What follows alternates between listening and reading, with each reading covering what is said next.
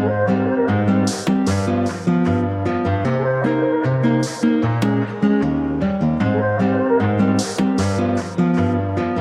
back to the Deep Dive. Today we're taking a forensic look at a powerful financial process, debt review. And we're not just looking at the start. We're talking about the long haul, the entire marathon. Exactly. Our mission today is to get past the initial promise and really look at the long-term reality. And the sources we're diving into, some great analysis from Debtfree Magazine, they confirm that debt review is, well, it's an amazing process. Amazing in what sense? What's the scale we're talking about? We're talking hundreds of thousands of consumers, and they're paying off billions in debt every single month. Billions.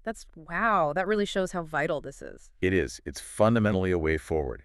It's structured protection that lets you pay back your debts, but at a rate you can actually sustain. While still living, right? While still covering your basic needs. Food, rent, electricity. It's relief through structure, not through, financial strangulation. Okay, let's unpack this then. If the process is designed to protect you, where's the danger? Our sources point out that yes, you have the usual stress points like December or school fees, but the real threats are subtler. They creep in over time. So we need to pinpoint those specific danger zones, the moments where years of hard work can just fall apart. That's the key. It's this collision, really, a collision between your own internal psychology, that feeling of being worn down, and these relentless external economic pressures. And if you can understand that collision... then you've found the shortcut to success. Okay, so before we get into that turbulence, let's anchor this in the good stuff. What are the benefits that make it all worthwhile? The immediate relief is just enormous, and it starts with silence. Silence. Think about it. Before debt review, your phone is ringing off the hook. Collections calls at work, threatening letters, endless WhatsApps and SMSs. The constant harass. That bombardment just stops the moment the protection is granted. And that mental space you get back, it's priceless. I can only imagine what it feels like to answer your phone without that knot in your stomach. It's massive. Yeah. But let's look at the numbers, because the situation people are in is dire. The report highlights a staggering statistic. Okay. The average consumer entering the program was using more than 70 cents out of every currency unit they earned just to service debt. 70%. 70. So you're left with 30% for everything. Rent, food, transport. You can't do it. You physically cannot do it. Yeah. You're forced to miss payments for essentials. It's that classic robbing Peter to pay Paul scenario, and it just spirals. So debt review stops that spiral. Precisely. The biggest benefit is you finally establish a realistic monthly budget. It might not be fancy, but it works. It covers your family's needs. And critically, it brings back a habit most people had to abandon, saving for those big annual expenses. That is so important. Things like insurance, school uniforms, they always come. And if you haven't saved, you're reaching for credit. And you're right back in the cycle you're trying to escape. This process breaks that dependency. So that's the immediate picture. What about the long term? I mean, the data suggests most people live and die in debt. It's a grim reality, isn't it? But this process offers a guaranteed exit ramp. How? Through certainty. Your debt decreases every single month, predictably. When you start, you get a detailed plan that tells you exactly how many months it'll take. There's a finish line.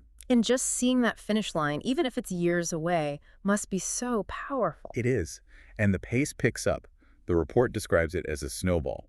It starts small, but as you pay off one account, then another, the momentum builds until it becomes an avalanche. Suddenly, it feels like the debt is just vanishing.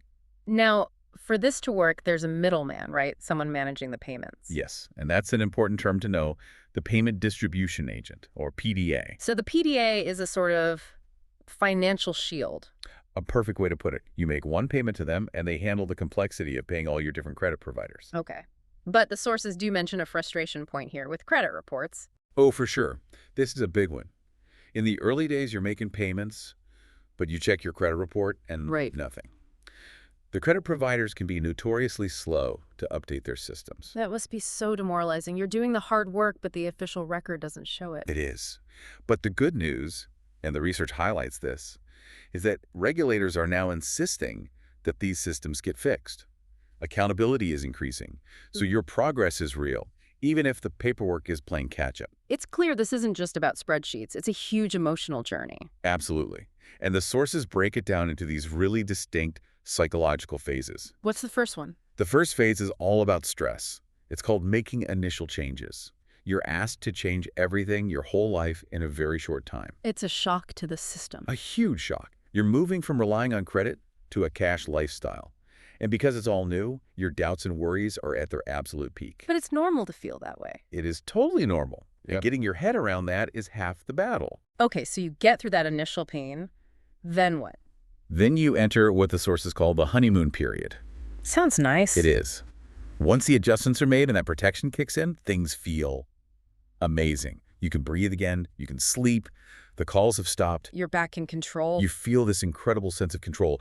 Even if a stray collection call gets through, your debt counselor has trained you. You know what to do. You feel empowered. And this is where it gets really interesting, because that honeymoon feeling, it doesn't last forever. It can. The glow fades, and it's replaced by this long, dull drudgery, just paying and paying and paying. Month after month, year after year. And this is exactly when life happens. The car breaks down, a Medicaid bill arrives. And that internal fatigue, that exhaustion, it collides head on with this huge, insidious external factor, which is, inflation versus your income. the silent killer of any budget.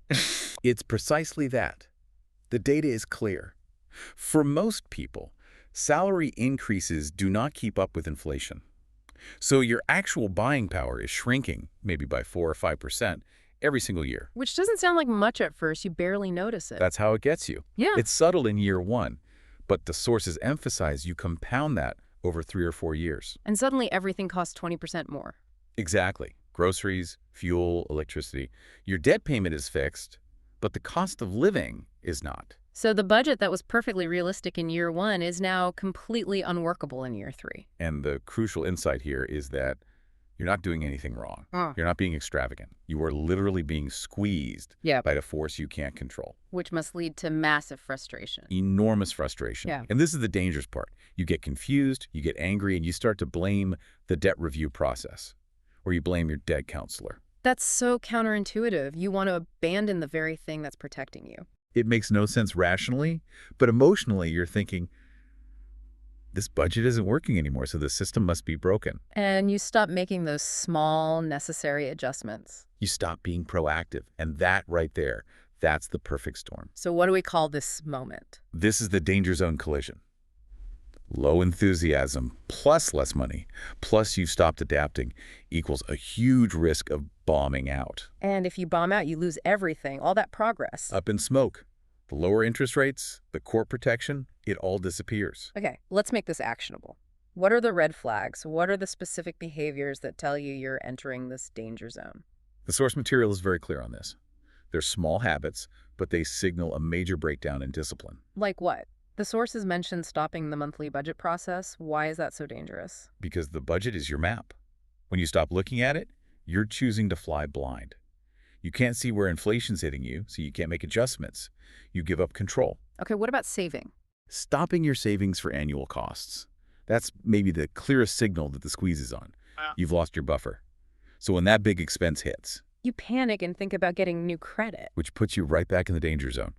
Other red flags are not checking your statements anymore. You're too discouraged to even look. And the big one. The inability to stick to your grocery budget. That's the canary in the coal mine. That's inflation hitting you right now on a non-negotiable expense. And while you're struggling with this internally, the predators are circling. They know exactly when people are feeling vulnerable. Scammers start calling with these fake deals. We can get you an even lower payment. Just drop out a debt review first. It's a trap. A total trap. Then you have lenders, some real, some scams, offering you new credit, a small loan, a credit card, but only if you drop out. It's what the source material calls financial suicide. Not to mention social media. It's everywhere. Promises of a quick fix, an easy way out. The lesson here is simple. Forewarned is forearmed. The second you feel that frustration, that lack of enthusiasm, Talk to your debt counselor. immediately. They're not there to judge you. They're your guide. They can show you the progress you've made and help you tweak the budget to survive the squeeze. They help you stay in the game. All right, let's shift gears. Let's talk about the end game, the final climb, when all that hard work finally starts to pay off. This is where the motivation just goes through the roof. The moment you pay off that first account, it's this incredible feeling. You can finally see the progress. It becomes tangible. After years of just grinding away, you've actually eliminated a debt. The excitement is powerful. And this is where the snowball effect really kicks in, right? Structurally, yes. The money that paid off account doesn't go back into your pocket. It gets redirected. The PDA redirects it to your other debts. Yeah. And suddenly the whole timeline just accelerates. One debt goes, then another, then another. It feels like it's happening overnight. And your enthusiasm, which was at rock bottom in the drudgery phase, is now sky high. Especially when you're down to the last one. That final push is almost euphoric. And then you make that final payment. You get the formal, court-issued clearance certificate. It is the ultimate reward. It must be an incredible moment. It's so profound. The report notes that a lot of people cry. Yeah. Just this amazing, memorable moment of relief. You are finally, truly free. The end of years of sacrifice and discipline, you get your life back. You do. You stop being enslaved to credit, and you can finally start building real, lasting wealth for your family.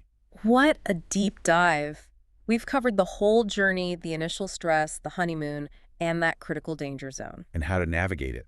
It's about recognizing that collision between your own fatigue and the economic reality of inflation. The process works, but you have to stay vigilant. You have to adapt. The budget from year 1 won't work in year 4. Yep. You have to be proactive. We talked about the red flags, stopping the budget, stopping the saving. It's about adjusting, not abandoning. Exactly. And using your debt counselor before a small problem becomes a crisis. So, what does this all mean for you? The sources are clear. The failure to adapt your budget to inflation is a major threat. So here's the thought for you to take away. What one specific adjustment, however small, could you audit in your budget this week? Maybe it's an old subscription, maybe it's a tiny shift in how you buy groceries. Think about what you can do to protect your financial buffer to make sure you never have to choose between a necessity and your debt payment again. Stay vigilant, communicate, and keep your eyes on that finish line. We'll see you next time for another deep dive.